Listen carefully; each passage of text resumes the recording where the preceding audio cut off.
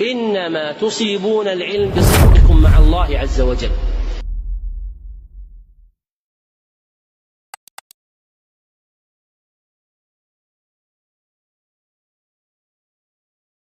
الحمد لله رب العالمين وصلى الله وسلم وبارك على نبينا محمد وعلى آله وأصحابه أجمعين وأشهد أن لا إله إلا الله وحده لا شريك له وأشهد أن محمدا عبده ورسوله صلى الله عليه وعلى آله وصحبه وسلم تسليما كثيرا.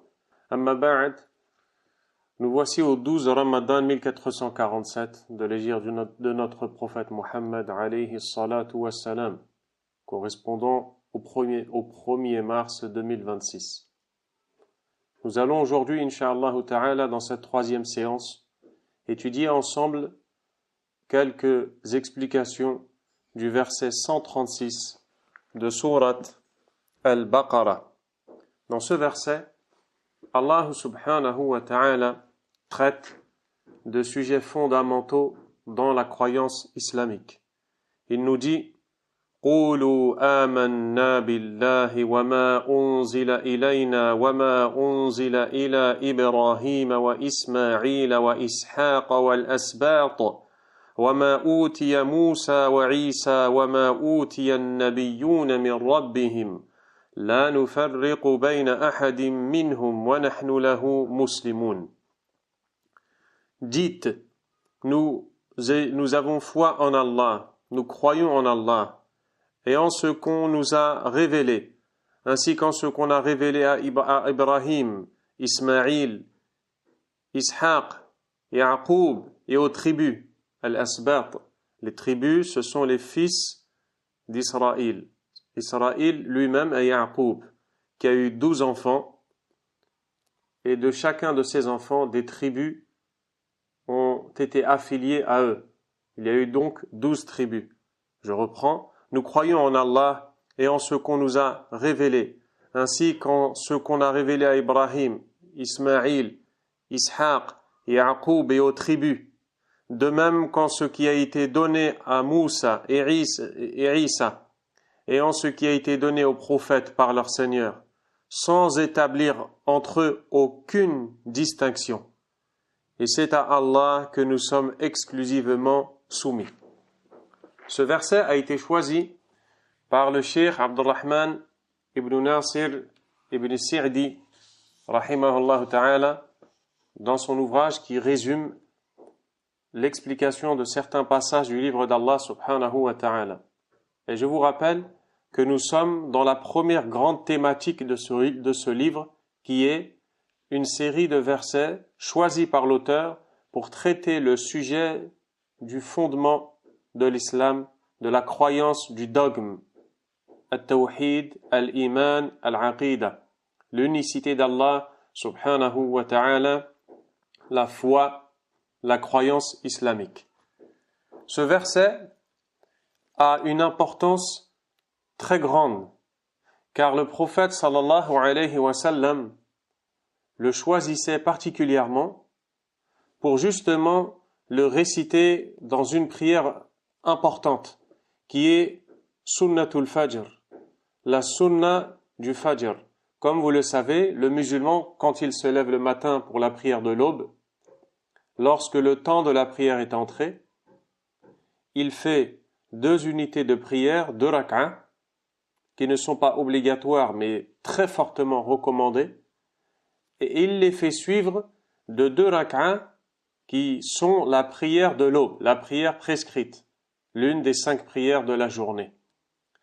Le prophète Mohammed sallallahu alayhi wa sallam, lorsqu'il se levait pour prier, quand l'heure de la salat arrivait, il accomplissait les 2 rak'a que l'on appelle Sunnatul Fajr. Ces 2 rak'a-là ont été décrits par le prophète sallallahu alayhi wa sallam comme étant bien meilleurs que ce bas monde et tout ce qu'il contient.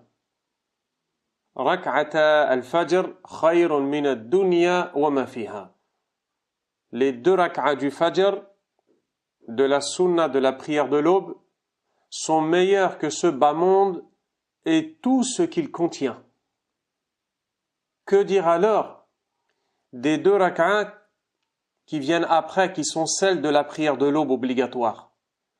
Si la prière recommandée et qui n'est pas obligatoire a autant de valeur au point d'être plus précieuse que ce bas monde et tout ce qu'il contient, je vous laisse vous imaginer la valeur des 2 rak'at que l'on fait après, qui elles sont la prière obligatoire, sachant qu'Allah subhanahu wa ta'ala, ses actions préférées sont les actions obligatoires, avant celles qui sont recommandées.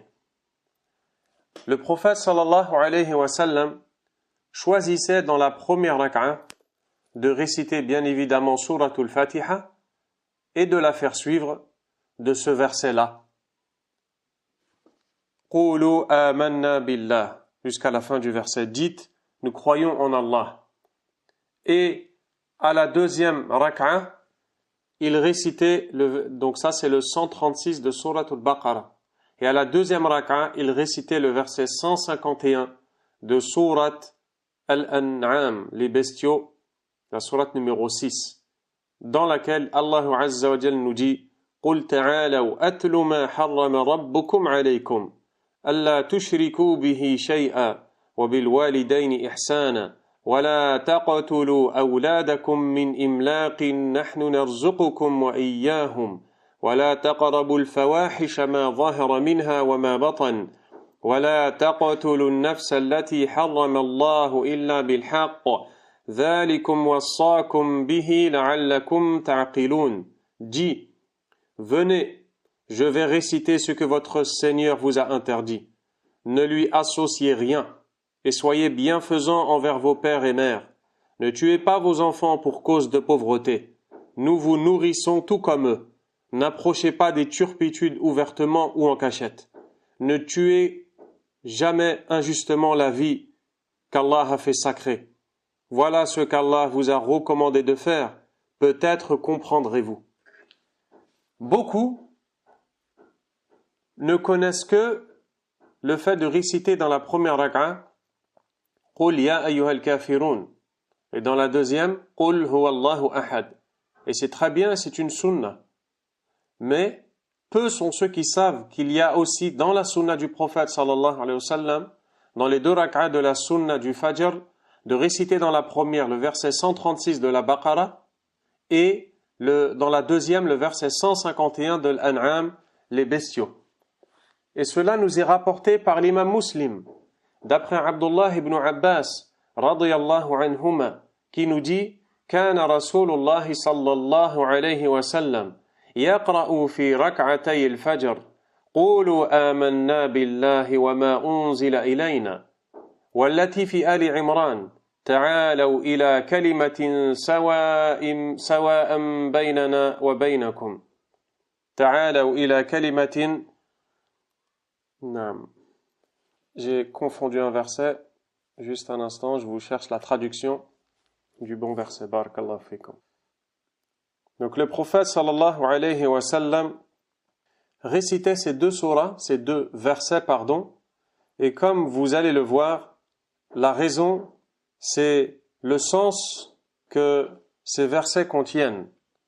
Car ces versets traitent de la croyance islamique. Donc le deuxième verset n'est pas le 151 dans Suratul An'am, autant pour moi, mais c'est plutôt le verset 64 de Suratul Ali Imran. Donc je répète et je corrige, dans la première rak'a, il récitait le verset 136 de la Suratul Baqarah, Qulu amanna billah, dites, nous croyons en Allah, et dans la deuxième rak'a, le verset 64 de la Sourate Ali Imran, dans laquelle il dit, subhanahu wa ta'ala, قُلْ يَا أَهْلَ الْكِتَابِ تَعَالَوْا إِلَى كَلِمَةٍ سَوَاءٍ بَيْنَنَا وَبَيْنَكُمْ أَلَّا نَعْبُدَ إِلَّا اللَّهَ وَلَا نُشْرِكَ بِهِ شَيْئًا وَلَا يَتَّخِذَ بَعْضُنَا بَعْضًا أَرْبَابًا مِّن دُونِ اللَّهِ فَإِن تَوَلَّوْا فَقُولُوا اشْهَدُوا بِأَنَّا مُسْلِمُونَ. Donc dans le sens rapproché du verset, c'est Allah qui ordonne au prophète sallallahu alayhi wa sallam de dire: Ô gens du livre, venons à une parole commune entre nous et vous, que nous n'adorions aucune autre divinité qu'Allah, que nous ne lui associons rien et que l'un d'entre nous ne prenne aucun seigneur en dehors d'Allah. Et s'il se détourne, alors dites, soyez témoins que nous autres sommes soumis. Donc, Ibn Sa'di rahimahullah nous dit que ce premier verset qui va faire l'objet de notre étude, donc le verset 136 de la Baqara, qui était récité dans la première raka'a de la sunna du Fajr par le prophète sallallahu alayhi wa sallam, a une extrême importance. Et ce qui le montre, c'est que cette sunna-là, ces 2 raka'a que l'on fait à l'aube, cette sunna-là elle-même a une grande importance au point d'être plus valeureuse que le bas monde et tout ce qu'il contient. Et tout ce qui est valeureux, le prophète sallallahu alayhi wa sallam choisit ce qui est valeureux pour l'accompagner. Donc là, il récite ces versets-là. Ibn Sa'di nous dit هذه الآية الكريمة لها شأن كبير كان عليه الصلاة والسلام يقرأها كثيرا في الركعة الأولى من سنة الصبح. Ce verset-là est d'une grande importance. Il était récité par le prophète sallallahu alayhi wa sallam dans la première raka'a de la sunna de l'aube. On dit sunnatul fajr ou sunnatul subh. Et il a précisé que le prophète le récitait beaucoup. Et dans une variante, dans une version authentique de ce hadith-là qui est rapporté par Abdullah ibn Abbas, on a Abdullah ibn Abbas radiyallahu ta'ala anhuma qui explicitement va dire que le prophète récitait beaucoup ce verset-là. كان أكثر ما يقرأ صلى الله عليه وسلم في ركعتي الفجر. Puis il a cité ce verset-là. Il dit ce que le prophète sallallahu alayhi wa sallam récitait le plus lors des 2 raka'a de sunna de la prière de l'aube. Puis il a cité le verset 136 de la Baqara et le 64 de Suratul An'am. Donc là on voit clairement que le prophète alayhi salatu wassalam récitait beaucoup. Ibn Sa'di rahimahullah nous dit قد اشتملت على جميع ما يجب الإيمان به. Ce verset-là englobe tout ce dont on a ou ce à quoi on a l'obligation de croire. En gros, ce verset-là nous résume la croyance islamique obligatoire. La conviction, le dogme, al-aqida, al-iman. Ce verset-là nous le résume.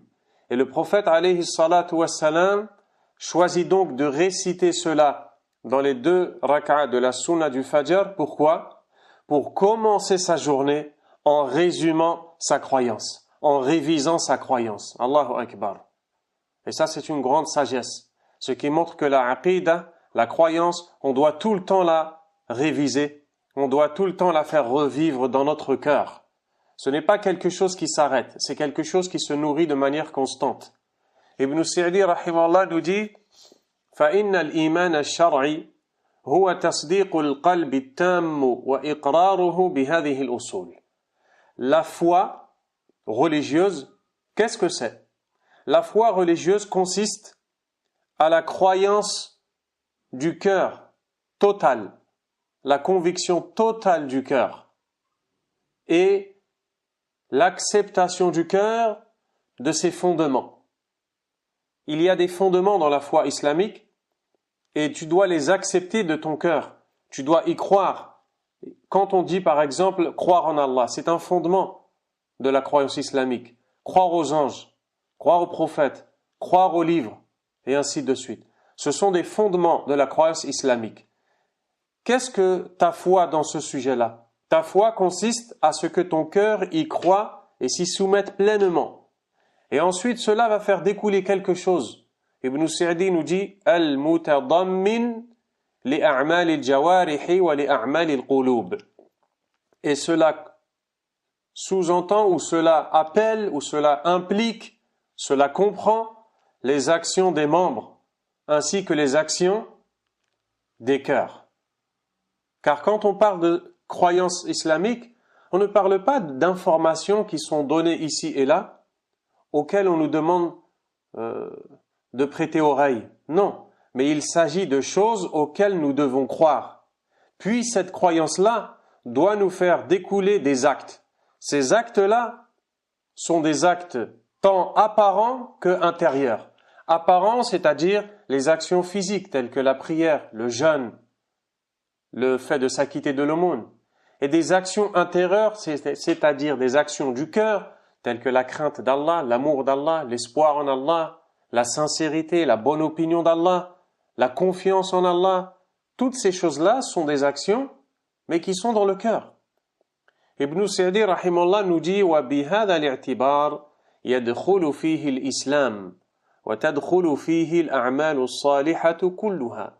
Et de ce point de vue-là, c'est-à-dire du fait d'expliquer la foi comme étant une croyance du cœur, puis des membres, puis des actes faits par les membres et des actes du cœur, eh bien ce point de vue-là, cette définition-là, englobe l'islam et toutes les bonnes actions.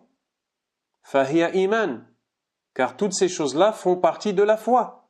Wa hiya min athar al-iman, et font partie de ce qui découle de la foi. Le fait qu'aujourd'hui, vous soyez assis à écouter, le fait que je me tienne, je ne vais pas dire devant vous, mais bon, je m'exprime ou je m'adresse à vous, tout cela, ce sont des actions, n'est-ce pas? Les actions font partie de la foi et font partie des effets de la foi. Puisque l'on a cru qu'Allah nous écoute, eh bien, on décide de prendre la parole et vous autres décidez de prêter oreille. فَإِذَا أُطْلِقَ الْإِيمَانِ دَخَلَ فِيهِ مَا ذُكِرَ. Et lorsque la foi est citée dans les textes de manière absolue, que ce soit à travers le mot al-iman, que ce soit à travers le verbe conjugué amanna, nous avons cru, nous avons eu la foi, ou que ce soit aussi al-mu'min, al-mu'minun, le croyant, les croyants. Lorsque ces termes sont cités de façon absolue dans le Coran, il faut savoir qu'ils impliquent tout ce qui vient d'être dit, c'est-à-dire ils impliquent les croyances, les convictions, les actions faites par les membres et les actes du cœur. Tout cela fait partie de la foi, car la foi c'est un ensemble de trois choses. La foi c'est un ensemble de convictions, d'actions apparentes et d'actions du cœur. La foi monte quand on fait des bonnes actions et elle baisse quand on commet des péchés. Ibn Sa'di nous dit وَكَذَلِكَ إِذَا أُطْلِقَ الْإِسْلَامِ فَإِنَّهُ يَدْخُلُ فِيهِ الْإِيمَانِ. De même, lorsque le terme islam est évoqué dans les textes de façon absolue, il implique aussi al-iman. C'est-à-dire que ces deux termes-là, islam, iman, sont des synonymes lorsqu'ils sont cités dans des textes, et quand je dis texte, c'est-à-dire des versets du Coran ou des hadiths du prophète sallallahu alayhi wa sallam. Lorsque l'un de ces deux mots, islam ou iman, sont cités dans des textes séparément, c'est-à-dire qu'ils ne sont pas joints l'un à l'autre, ils ne sont pas évoqués l'un avec l'autre dans le même texte, alors ils deviennent des synonymes. Par exemple, quand Allah subhanahu wa ta'ala dit « Inna ad-dina 'inda Allahi al-Islam » certes, la religion chez Allah est l'islam. Là, on a le terme islam qui est cité et on n'a pas le terme iman qui vient après. Dans ce cas-là, le terme islam est synonyme de iman et ils se rejoignent dans le sens. Il implique les convictions, les actions et donc les actions qui sont apparentes et les actions du cœur. Pareil pour l'iman, quand Allah Azza wa Jalla dit وَلَكِنَّ اللَّهَ حَبَّبَ إِلَيْكُمُ الْإِيمَانِ. Mais c'est Allah qui vous a fait aimer l'iman, la foi. Là, le terme iman est cité séparément du terme islam. Alors il en devient le synonyme et il prend son sens et le sens du mot islam, à savoir que il s'agit de convictions, d'actions apparentes et d'actions cachées. فإذا قرن بين الإسلام والإيمان فسر الإيمان بما في القلب من العقائد الصحيحة والإرادات الصالحة وفسر الإسلام بالأعمال الظاهرة.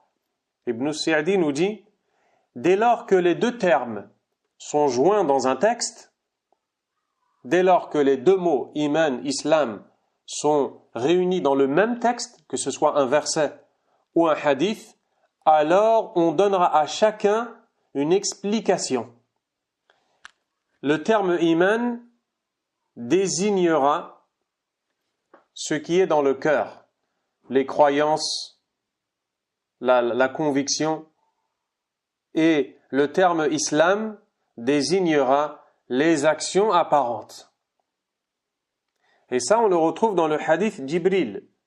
Le hadith Jibril, c'est lorsque l'ange Jibril alayhi salam est venu sous la forme humaine se présenter au prophète Muhammad sallallahu alayhi wa sallam pour lui dire: ô Muhammad, informe-moi au sujet de l'islam.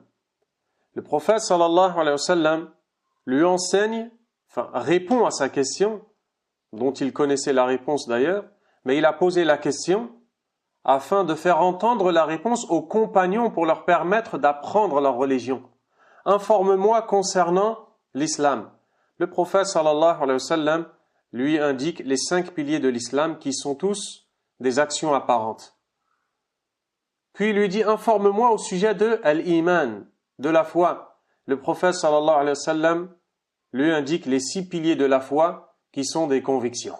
La foi en Allah, en ses anges, en ses prophètes, en ses messagers, au jour dernier et au destin.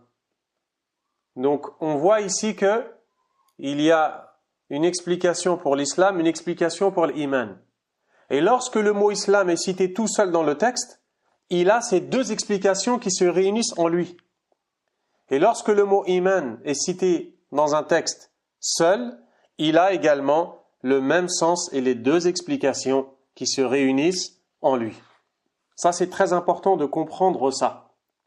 Car si vous avez compris ça, eh bien, vous allez vous rendre compte que quand le prophète sallallahu alayhi wa sallam, justement, va réciter dans la première rak'a de Sunnatul Fajr ce verset, « Qulu amanna billah » dites, nous croyons en Allah et en ce qu'on nous a révélé, ainsi qu'en ce qu'on a révélé à Ibrahim, Ismaïl, Ishaq, Yaqub et aux tribus des fils d'Israël, de même qu'en ce qui a été donné à Moussa et Isa, et en ce qui a été donné aux prophètes par leur Seigneur, sans établir aucune distinction entre eux.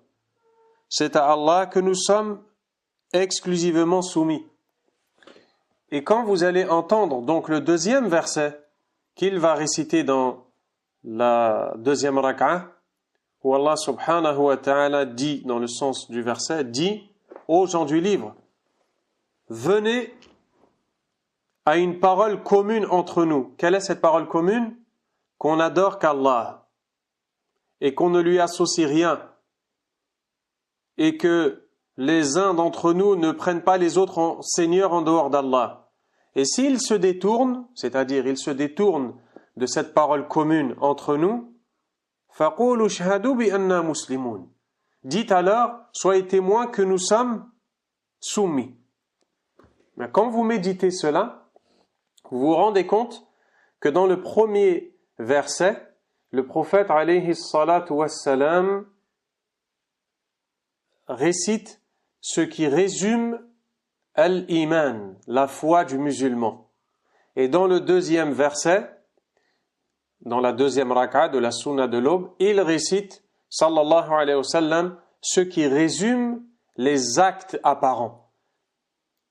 Car al-iman, c'est ce qui est dans le cœur comme croyance. Et l'islam, ce sont les actes. Ce sont les actions. Donc voilà pourquoi le prophète alayhi salatu wassalam récitait cela chaque matin. Il le faisait pour faire une révision de ce en quoi il doit croire et de ce qu'il doit faire qui découle de sa croyance. Et toute ta religion tourne autour de ça. Et c'est d'ailleurs la même raison pour laquelle il récitait aussi d'autres fois dans la première rak'a Qul ya ayyuhal kafirun, et dans la 2e rak'a Qul huwa Allahu ahad. Et ça, c'est ce que beaucoup connaissent. Pourquoi est-ce qu'il récitait dans la première raka'a Qul ya ayyuhal kafirun et dans la deuxième Qul huwallahu ahad? Pour la même raison évoquée tantôt. Parce que si tu médites sur la sourate Qul ya ayyuhal kafirun, on parle ici de l'action d'adorer, en résumé. Et si tu médites sur la sourate Qul huwallahu ahad, on parle de la conviction, en résumé. Et comme l'islam est composé de conviction et d'action, alors le prophète sallallahu alayhi wa sallam récite ces versets-là pour commencer sa journée en révisant les convictions qu'il doit avoir et auxquelles il doit adhérer et les actions qu'il doit appliquer qui découlent de ces convictions-là. Et ça, si tu l'as compris, alors par Allah, tu as gagné un très grand trésor dans la compréhension de ta religion. Et c'est tellement important. Car la religion a des fondements sur lesquels sont basées toutes les actions. Et lorsque les fondements sont ancrés dans le cœur, c'est là que les actions vont apparaître dans les membres. Ibn Sa'di rahimahullah ta'ala nous dit وَكَذَلِكَ إِذَا جُمِعَ بَيْنَ الْإِيمَانِ وَالْعَمَلِ الصَّالِحِ الْإِيمَانُ لِمَا فِي الْبَاطِنِ وَالْعَمَلُ الصَّالِحُ هُوَ الظَّاهِرِ. Lorsque l'on joint le mot iman et le mot iman avec le mot al-amal al-salih, les bonnes actions, comme par exemple Allah Azza wa Jal nous dit wal asr innal insana lafi khusr, par le temps l'homme est dans la perdition, illa alladhina amanu, sauf ceux qui ont eu la foi, ceux qui ont cru. Ça c'est l'iman avec le verbe amanu. Et ensuite on a wa amilu salihat, et qui ont fait de bonnes actions. Donc là on a deux termes, on va dire, qui sont réunis. Le terme en rapport avec le iman, la foi, et celui en rapport avec les bonnes actions. Ibn Sa'di nous dit que lorsque ces deux termes sont joints dans un texte, alors le terme iman concerne ce qui est à l'intérieur, la conviction. Et le terme al-amal al-salih, les bonnes actions, concerne ce qui est à l'extérieur, c'est-à-dire ce qui apparaît. Donc, ce qui est à l'intérieur, les convictions, et ce qui est à l'extérieur, les bonnes actions qui apparaissent. وَمَعَ إِطْلَاقِ الْإِيمَانِ يَدْخُلُ فِيهِ الْعَمَلُ الصَّالِحِ. Et lorsque l'on emploie simplement le terme iman, le terme mu'min, croyant, eh bien à ce moment-là, ça implique aussi les bonnes actions. C'est très important de comprendre ça dans ta religion. Donc, quand Allah subhanahu wa ta'ala dit « Qulu amanna billah », maintenant on va entamer l'explication de ce verset. « Qulu amanna billah » dites « Nous croyons en Allah ». Nous croyons en Allah et en ce qu'on nous a révélé, ainsi qu'en ce qu'on a révélé à Ibrahim, Ismaïl, Ishaq, Yaqub et aux tribus des fils de Yaqub, de Israël. Israël, c'est Yaqub. De même qu'en ce qui a été donné à Moussa et Isa, et en ce qui a été donné aux prophètes par leur Seigneur, sans établir entre eux aucune distinction. Et c'est à Allah que nous sommes exclusivement soumis. Ibn Sa'di nous dit Ay, qulu dhalika bi alsinatikum mutawati'an alayhi qulubukum. C'est-à-dire, quand Allah nous dit dites, nous croyons en Allah jusqu'à la fin du verset, c'est-à-dire prononcer cette parole avec un cœur pleinement convaincu. Il ne s'agit donc pas simplement de répéter des verbes, des phrases, des sujets, des compléments d'objets directs et j'en passe. Non. Il s'agit de prononcer par la langue, d'exprimer par la langue la conviction qui habite le cœur. Et ça va ensemble, ça ne doit pas se séparer.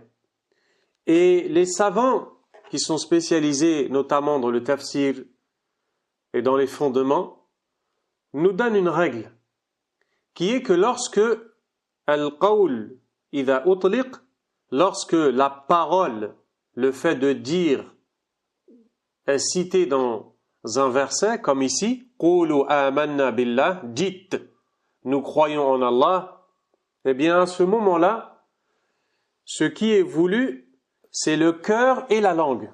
C'est-à-dire, en d'autres termes, dites avec votre langue ce que vous croyez avec votre cœur. Et ne faites pas que de répéter des mots sans chercher à les comprendre, et ne faites pas que de répéter des mots sans avoir la conviction en ce qu'ils veulent dire. Donc quand Allah nous dit « Qulu amanna billah » dites « Nous croyons en Allah et en ce qu'on nous a révélé, ainsi qu'en ce qu'on a révélé à Ibrahim, Ismaïl, Ishaq, jusqu'à la fin du verset, c'est-à-dire croyez à cela, adhérez à cette conviction et prononcez-le, et dites-le, exprimez-le. » Et ça, c'est important aussi de le comprendre. Ibn Sa'di, rahimallah, nous dit وَهَذَا هُوَ الْقَوْلُ التَّامُ الَّذِي يَتَرَتَّبُ عَلَيْهِ الثَّوَابُ وَالْجَزَاءُ. Et cela est la parole lorsqu'on dit ce qu'on appelle en arabe al-qawl, et cela est la parole complète à laquelle est rattachée la rétribution et la récompense. Si tu veux être récompensé, il ne s'agit pas juste de dire « Ashhadu an la ilaha illallah », mais il faut que tu le dises avec ton cœur aussi. Car si tu ne fais que répéter une parole avec ta langue, sans rattacher ton cœur à cette conviction-là, alors à ce moment-là, ce n'est pas compté chez Allah subhanahu wa ta'ala. Et c'est pour ça qu'Allah subhanahu wa ta'ala a blâmé des gens dans le Coran en disant يَقُولُونَ بِأَلْسِنَتِهِمْ مَا لَيْسَ فِي قُلُوبِهِمْ. Ils disent avec leur langue ce qui n'est pas dans leur cœur. Regardez comment Allah les blâme. Car ils se sont contentés du propos verbal et pas de la conviction qui accompagne ce propos. Donc lorsqu'il y a l'action de dire dans le Coran qui est citée comme « qul », qalu, yaqulun, etc.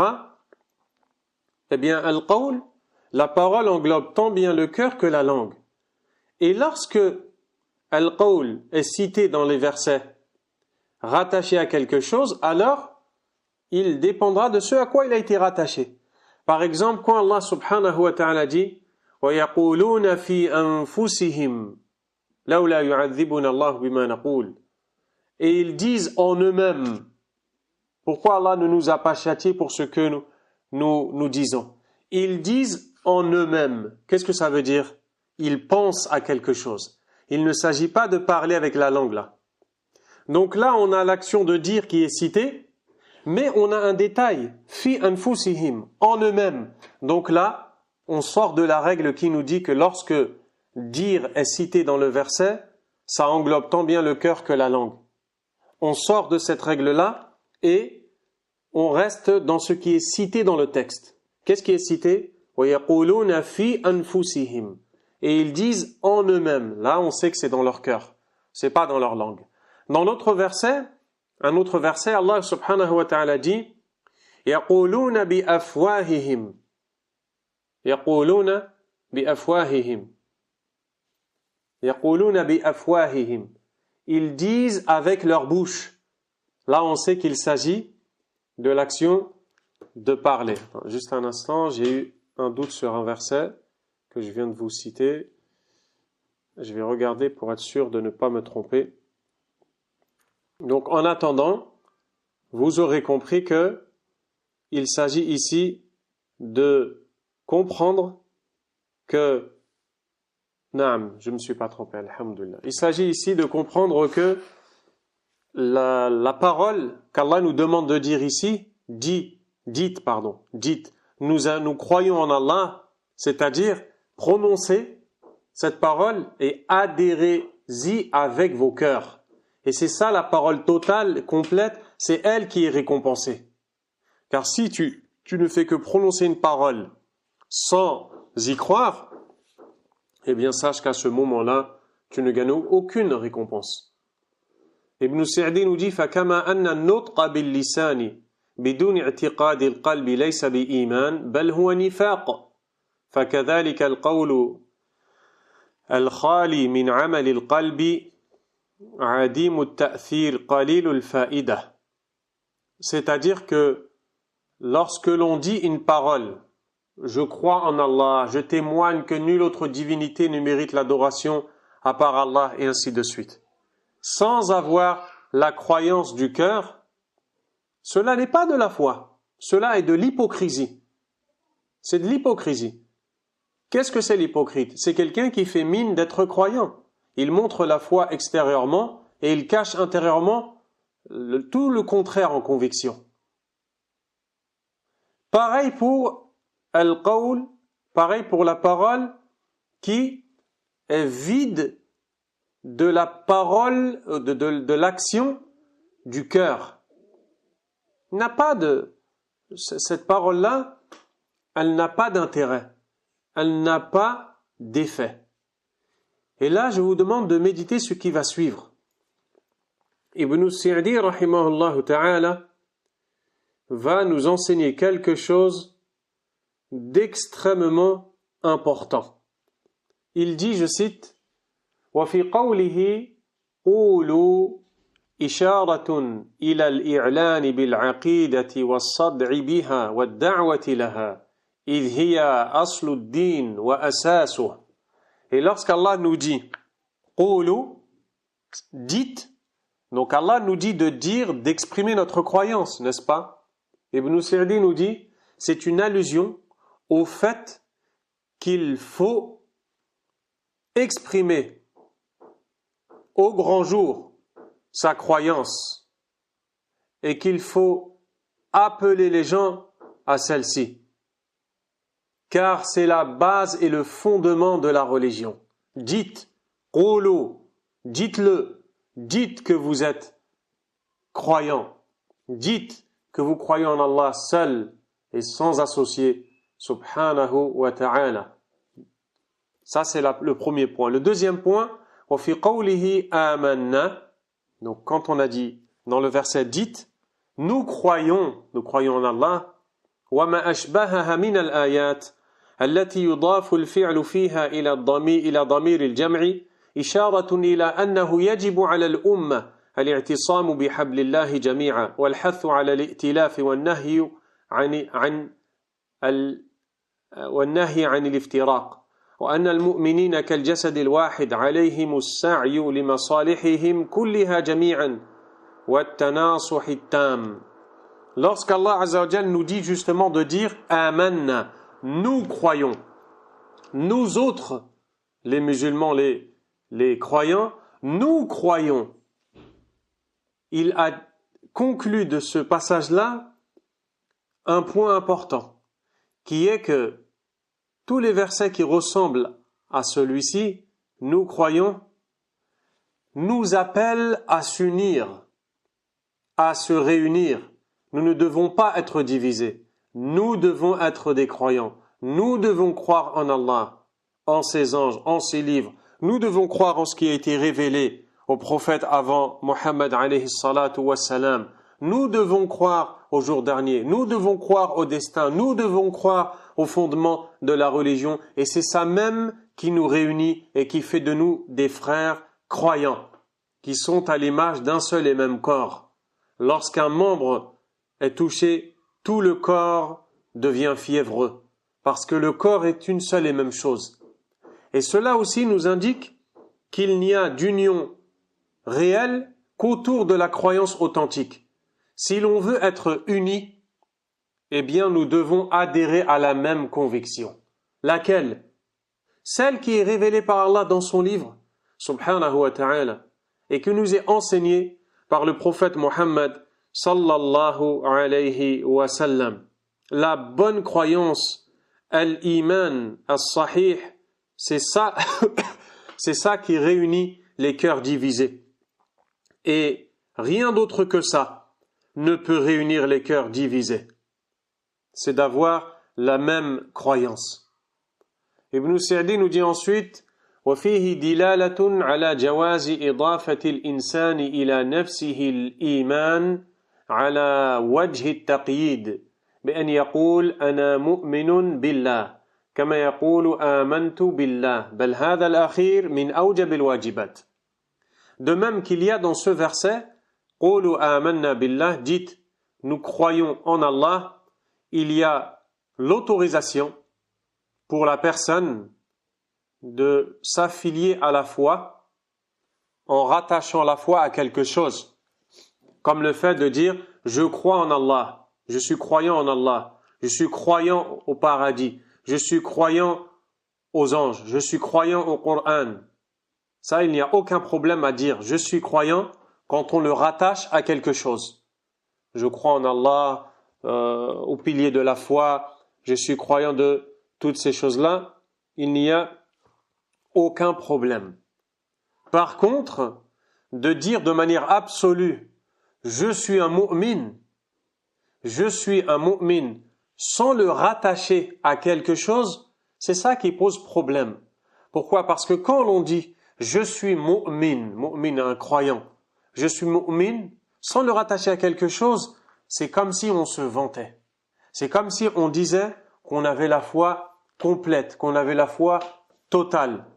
Et c'est là que les salafs, les pieux prédécesseurs, ils avaient pour conviction que lorsqu'ils citaient la foi, lorsqu'ils disaient je suis croyant, je suis mu'min, ils rattachaient cela à quelque chose. Soit ils disaient ana mu'minun arju, ana mu'minun insha'Allah, ana mu'minun billahi wa malaikatihi wa kutubihi ila akhirih. Je suis croyant, je l'espère. Je suis croyant, insha'Allah. Je suis croyant en Allah, en ses livres, en ses anges.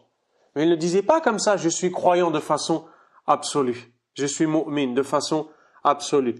Et c'est pour ça qu'un jour, Al-Hassan al-Basri, rahimahullah, a été interrogé par un homme qui lui a dit « Hal anta mu'min » Es-tu un mu'min? Al-Hassan lui dit « Al-imanu imanan » La foi est de deux catégories. In kunta tas'aluni 'anil imani billah wa malaikatihi wa kutubihi wa rusulihi wal yawm al-akhir fa ana mu'min. Si tu m'interroges au sujet de la foi en Allah, aux anges, aux livres, aux messagers, au jour dernier, etc., alors oui, je suis un croyant. Wa in kunta tas'aluni 'anil iman alladhi dhakarahu Allah 'azza wa jal.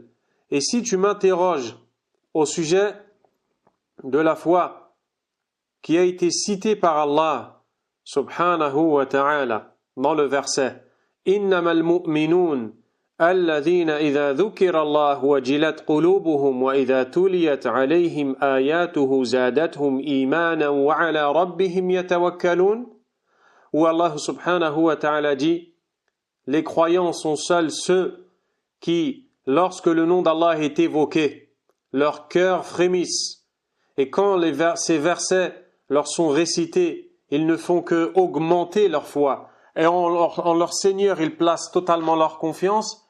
Si tu me parles de cette catégorie-là, fala adri ana minhum amla, alors je ne sais pas si je fais partie d'eux ou non.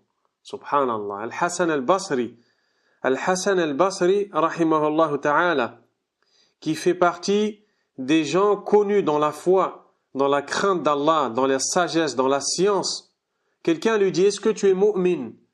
Il dit, si tu me parles de mu'min, croyant en Allah ou ses anges, en ses messagers, oui. Si tu me parles croyant de façon absolue, ceux qui sont mentionnés par Allah comme étant dans des hauts degrés, etc., alors à ce moment-là, Allahu a'lam, je ne sais pas. C'est pour ça qu'il disait, les salafs, ana mu'minun insha'Allah. Je suis croyant, insha'Allah. Mais il ne disait pas comme ça, je suis croyant. Et donc, Ibn Sa'di nous dit,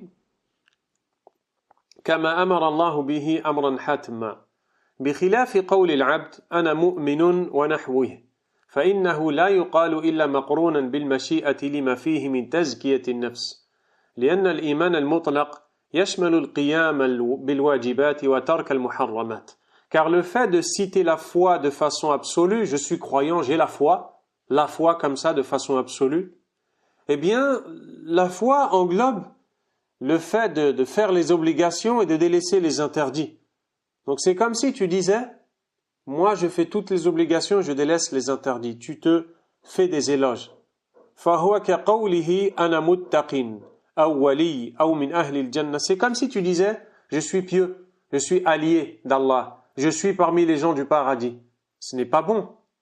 Par contre, si tu dis, je suis parmi les gens du paradis, arju, j'espère, insha'Allah, là tu peux.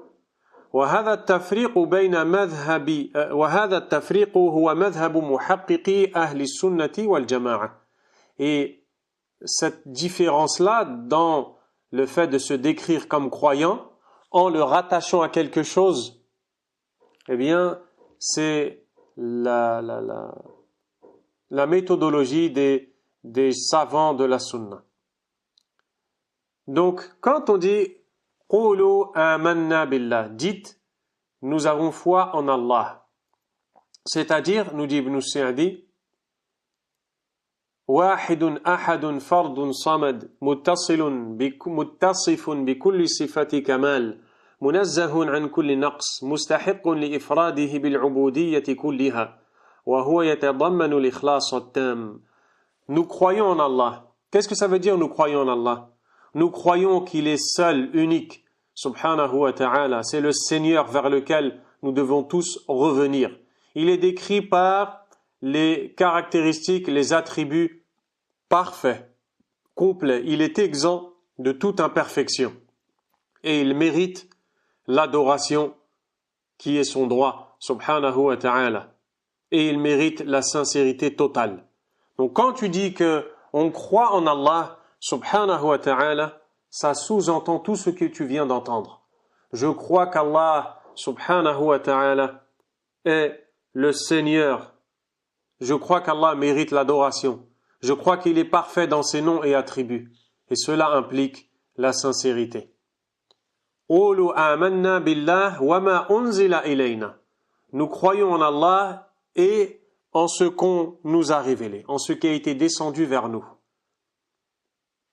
Nous croyons donc en Allah subhanahu wa ta'ala et nous croyons à tout ce qui a été cité dans le Coran et la sunna du prophète sallallahu alayhi wa sallam.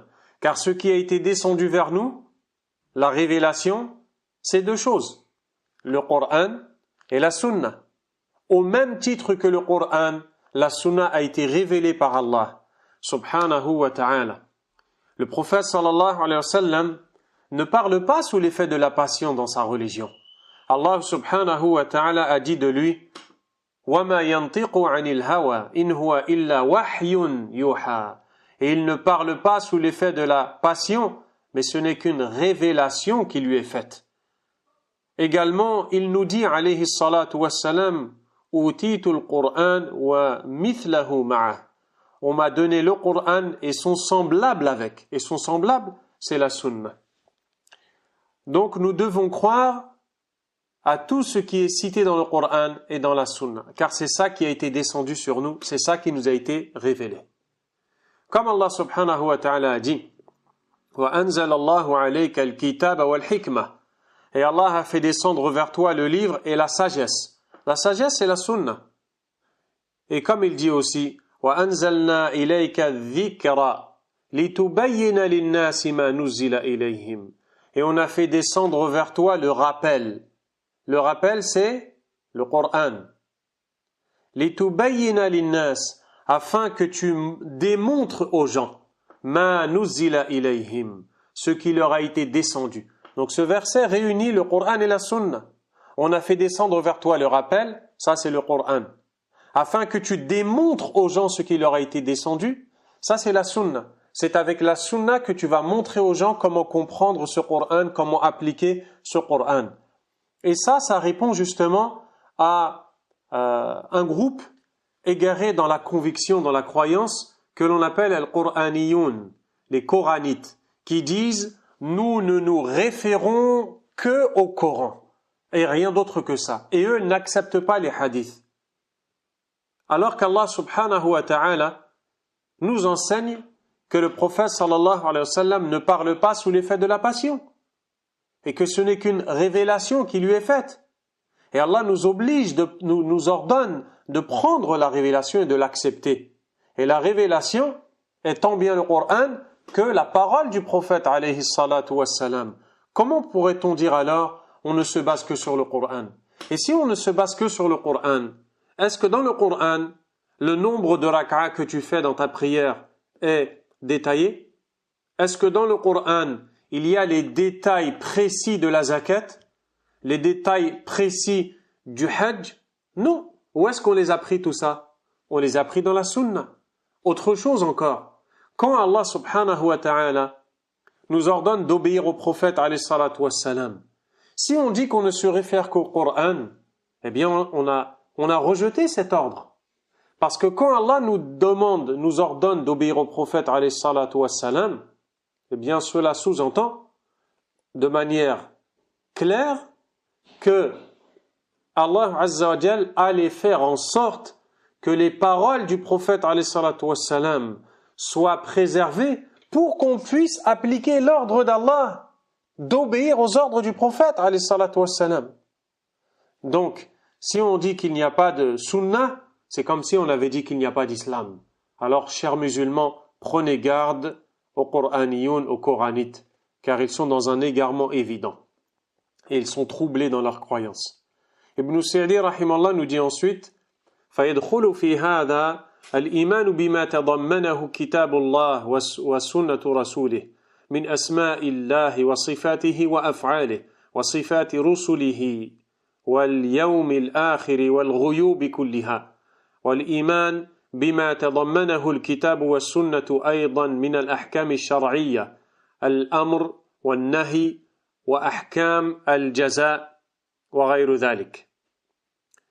Lorsque Allah nous dit قولوا آمنا بالله وما أنزل إلينا, dites nous croyons en Allah et à ce qui a été descendu vers nous, à ce qu'on nous a révélé.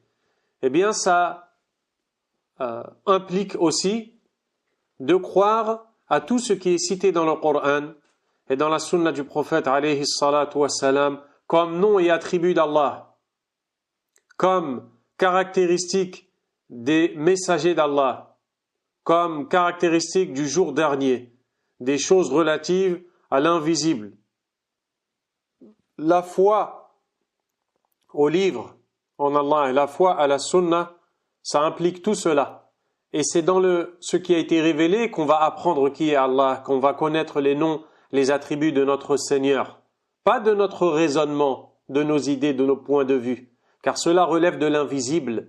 Et le raisonnement est restreint à ce qu'il connaît. Et nous autres ne connaissons pas l'invisible. Et pour croire à Allah Azza wa Jal, qui fait partie de l'invisible pour nous, aux anges, aux messages, au jour dernier, etc., toutes ces choses-là, eh bien, il nous faut des informations. Elles sont présentes dans la révélation d'Allah. قُولُوا آمَنَّا بِاللَّهِ وَمَا أُنزِلَ إِلَيْنَا. Dites, nous avons foi en Allah et à ce qu'on nous a révélé. Nous croyons à ça. C'est à ça que nous croyons. Nous croyons à ce qui nous a été révélé. Nous ne croyons pas à des choses qui viennent de notre tête ou qui nous sont dites par telle ou telle autre personne. Nous croyons à la révélation d'Allah. Et c'est sur ça que nous sommes unis. Nous croyons. De même, ce verset-là implique de croire aux règles prescrites par Allah, aux ordres qui nous sont donnés par Allah et aux interdits qui viennent de lui, ainsi que la rétribution qui découle de ces ordres et de ces interdits. وَمَا أُنزِلَ إِلَى إِبْرَاهِيمَ. Allah Azza wa Jal dit ensuite وَمَا أُنزِلَ إِلَى إِبْرَاهِيمَ وَإِسْمَاعِيلَ وَإِسْحَاقَ وَيَعْقُوبَ وَالْأَسْبَاطِ. Et nous croyons en ce qu'on a révélé à Ibrahim, Ismaïl, Ishaq, Yaqub et Al-Asbat. Al-Asbat, comme on l'a dit, ce sont les 12 tribus de Banu Israël qui chacune vient d'un des 12 enfants de Israël. Et Israël, c'est le prophète Yaqub, alayhi as-salam. Ibn Sa'di, rahimahullah ta'ala, nous dit فيه الإيمان بجميع الكتب المنزلة على جميع الأنبياء. On voit dans cette partie-là de ce verset la foi à tous les livres qui ont été révélés à tous les prophètes. وَالْإِيمَانُ بِالْأَنْبِيَاءِ عُمُومًا. De même, on voit dans ce verset-là, dans cette partie de verset, l'obligation d'avoir la foi en tous les prophètes. Pourquoi? Parce que Allah subhanahu wa ta'ala nous dit, donc dans la traduction, dites, nous croyons en Allah et en ce qu'on nous a révélé, ainsi que ce qu'on a révélé à Ibrahim, Ismaïl, Ishaq, Yaqub. Ça, c'est des prophètes, n'est-ce pas? Et on croit tant bien à eux qu'à ce qui leur a été révélé. Donc ça sous-entend la croyance aux livres et la croyance aux prophètes, qui sont deux des piliers de la foi. Donc là, on a cité le premier pilier de la foi, qui est la croyance en Allah. Ensuite, on a cité la croyance aux prophètes et la croyance aux livres. Là, on a trois piliers de la foi qui sont cités. وَخُصُوصًا مَا نُصَّ عَلَيْهِمْ مِنْهُمْ فِي الْآيَةِ الْكَرِيمَةِ وَغَيْرِهَا. On croit à tous les prophètes, particulièrement ceux qui sont énoncés dans ce verset. Donc Ibrahim, Ismaïl, Ishaq, Yaqub. Et de même, dans la croyance islamique, nous croyons en tous les prophètes qu'Allah a mentionnés dans son livre Subhanahu wa ta'ala. لِشَرَفِهِمْ وَلِكَوْنِهِمْ أَتَوْا بِالشَّرَائِعِ الْكِبَارِ. On croit particulièrement à ceux dont les noms ont été cités dans ce verset-là, parce que ils nous ont apporté les grandes législations et ils ont un grand mérite chez Allah subhanahu wa ta'ala. Et ça nous montre un des aspects de la splendeur de l'islam. Ibn Sa'di nous dit فَمِنْ بَرَاهِنِ الْإِسْلَامِ وَمَحَاسِنِهِ.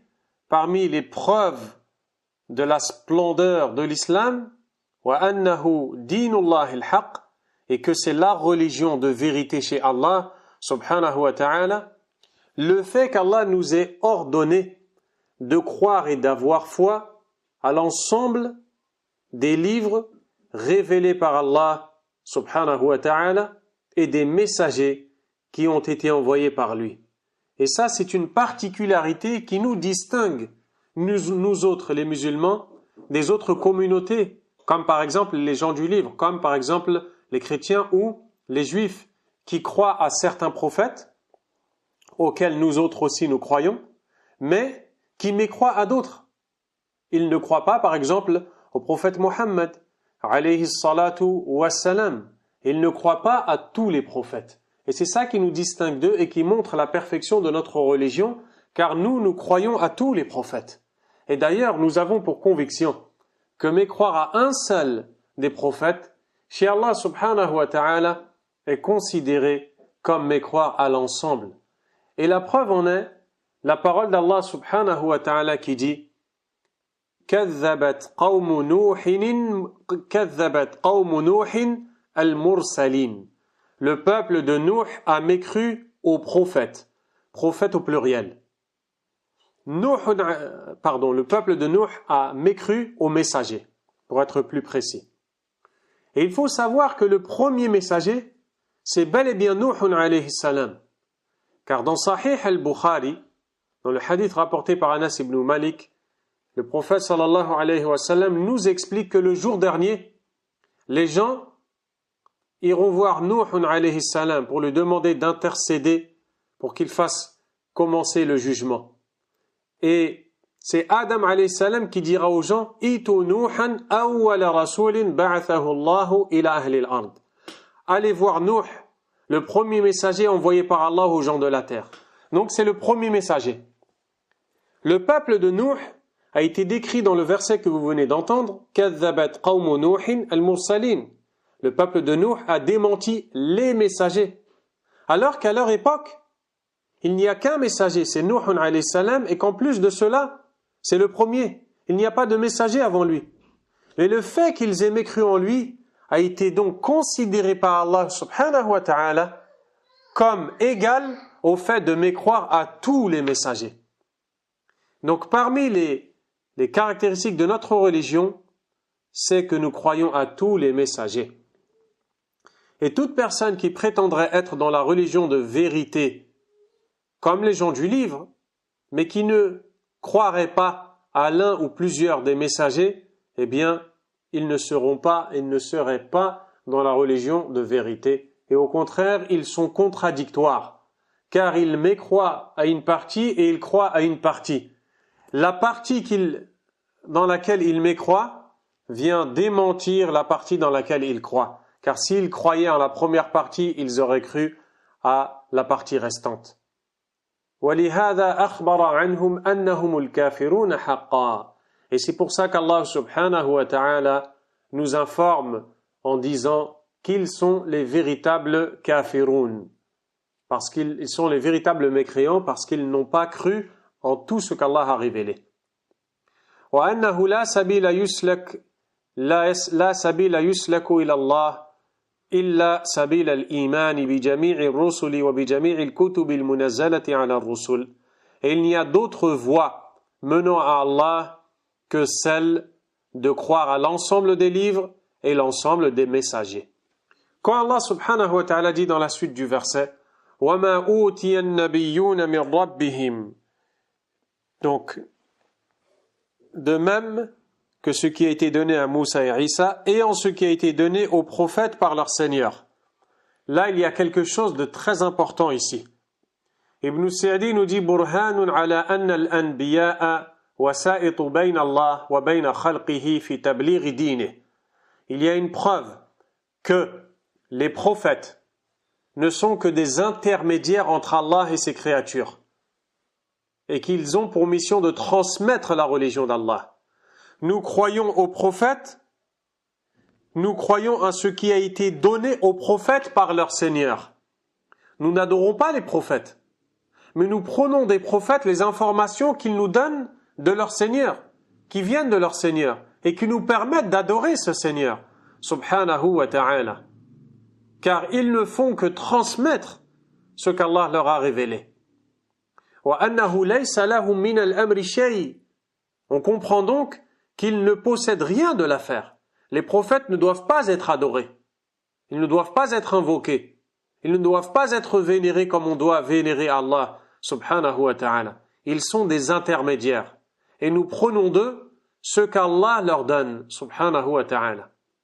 Également, parmi ce que l'on peut tirer de très intéressant de ce passage-là, وفي الإخبار بأنهم من ربهم بيان أن من كمال ربوبيته لعباده التربية العامة أنه أرسل إليهم رسله وأنزل عليهم كتبه ليعلموهم ويزكوهم ويخرجوهم من الظلمات إلى النور وأنه لا يليق بربوبيته وحكمته أن يتركهم سدى لا يؤمرون ولا ينهون ولا يثابون ولا يعاقبون.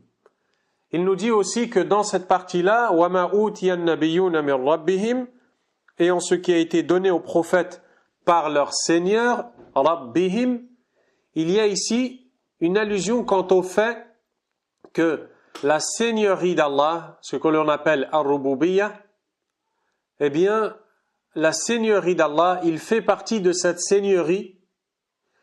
Il fait partie du fait qu'Allah est notre Seigneur de nous avoir envoyé des prophètes qui sont venus nous enseigner, nous purifier, nous sortir des ténèbres vers la lumière, et qu'il ne convient pas à la seigneurie d'Allah subhanahu wa ta'ala ni à sa sagesse de nous laisser libres de nos choix, libres de nos décisions, sans ordre à respecter, sans interdit à délaisser, sans récompense à gagner, sans punition à encourir.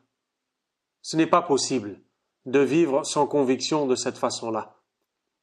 Tout comme on comprend, nous dit Ibn Sa'di, rahimahullahu ta'ala, tout comme on comprend de ce verset, la différence entre les prophètes véridiques et ceux qui prétendent la prophétie par le mensonge, car les prophètes attestent mutuellement de la vérité des uns et des autres, et témoignent les uns des autres, et ce avec quoi les prophètes viennent, c'est unanime, et c'est l'objet d'un accord entre eux.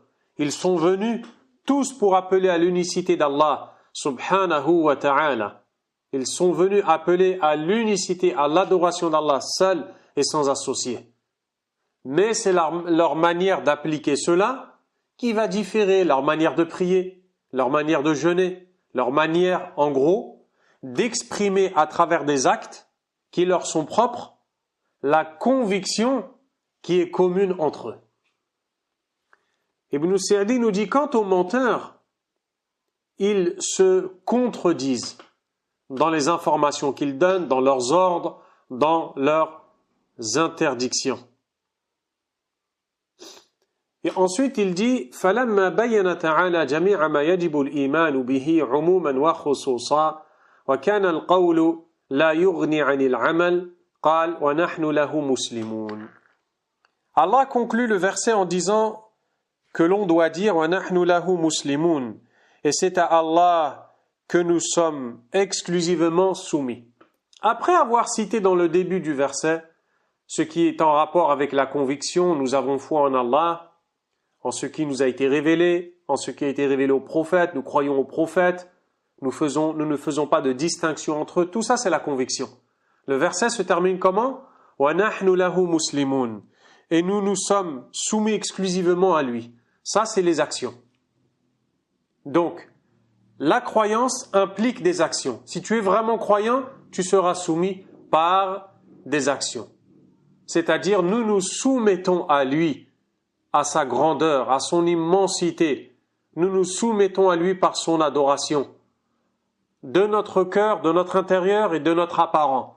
Nous le craignons de notre cœur, nous l'aimons, nous espérons en lui, nous sommes sincères envers lui, nous plaçons notre confiance en lui. Et tout ça nous fait découler des actions, nous prions, nous jeûnons, nous accomplissons le pèlerinage. Et tout cela, nous le faisons sincèrement pour Allah, subhanahu wa ta'ala. Ici, il y a quelque chose de très important à tirer aussi. Encore une fois, Allah dit « Wa nahnu lahu muslimun » et nous lui sommes exclusivement soumis. Nous. On voit encore la notion de l'union sur une seule et même chose. Nous. Ce nous-là, il est très important.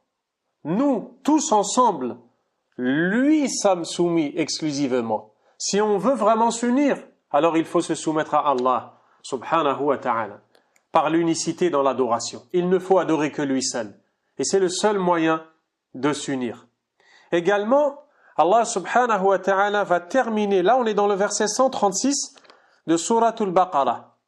Qu'est-ce qu'il y a dans ce verset? L'ordre qui est donné par Allah subhanahu wa ta'ala d'avoir cette croyance-là et de se soumettre à lui. Allah subhanahu wa ta'ala n'a pas terminé la Surat al-Baqarah sans nous avoir donné l'information que les croyants ont appliqué cet ordre. Et ça, vous le trouvez dans les 2 derniers versets de Surat al-Baqarah. Dans l'avant-dernier verset, qu'est-ce que l'on trouve? آمن الرسول بما أنزل إليه من ربه والمؤمنون كل آمن بالله وملائكته وكتبه ورسله وكتبه jusqu'à la fin du verset. Donc qu'est-ce que c'est cette information? Allah nous dit ils ont tous eu la foi en Allah, en ses livres, en ses anges et ainsi de suite. Donc cet ordre-là dans le verset 136 de Surat al-Baqarah, ils l'ont compris, ils l'ont lu, ils l'ont médité, et qu'est-ce qu'ils ont fait? Ils l'ont appliqué. Au point où Allah ne va pas terminer la surah sans nous informer qu'ils ont bel et bien appliqué cet ordre-là. Et c'est ça qui est voulu dans ta religion, c'est que tu étudies, que tu comprennes afin d'appliquer et de vivre avec. Ibn Sa'di conclut en disant que ces fondements qui sont cités dans ce noble verset, Allah a ordonné il a donné l'ordre aux croyants dans son livre, dans plusieurs passages, d'adhérer à ces fondements-là, de façon détaillée ou de façon globale. Il a vanté les éloges de ceux qui ont cette conviction-là. Et il a donné les informations quant à ce qui découle de cette croyance-là, le paradis, la récompense d'Allah, subhanahu wa ta'ala. Et il nous a informé que cette croyance-là aussi, elle parfait le serviteur, elle l'élève en degré dans sa croyance, dans sa moralité, dans ses comportements, dans ses échanges, et elle lui donne tout le bien dans cette dunya et dans l'akhirah, et elles lui font vivre une bonne vie, elle lui amène la félicité et le bonheur, fi dunya wal akhirah, elle lui repousse le mal, fi dunya wal akhirah. Et Allah subhanahu wa ta'ala a informé donc à la fin de cette sourate que justement les croyants ont appliqué cela et ont eu cette foi. Et c'est pour ça qu'il fait partie de la sunna de réciter avant de dormir les 2 derniers versets de Sourate al-Baqarah. Pourquoi? Pour réviser ta foi, ta bonne conviction en tant que musulman avant de dormir. Je m'arrête sur ces mots-là. Wallahu ta'ala a'lam.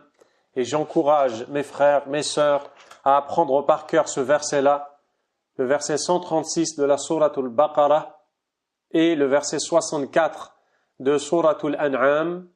Peut-être qu'Allah nous facilitera aussi de l'expliquer, incha'Allah, afin de les réciter aussi dans la sunna du Fajr de l'aube. Wallahu ta'ala a'lam. Wa sallallahu wa sallam. Wa baraka ala nabiyyina Muhammad wa ala alihi wa sahbihi ajma'in.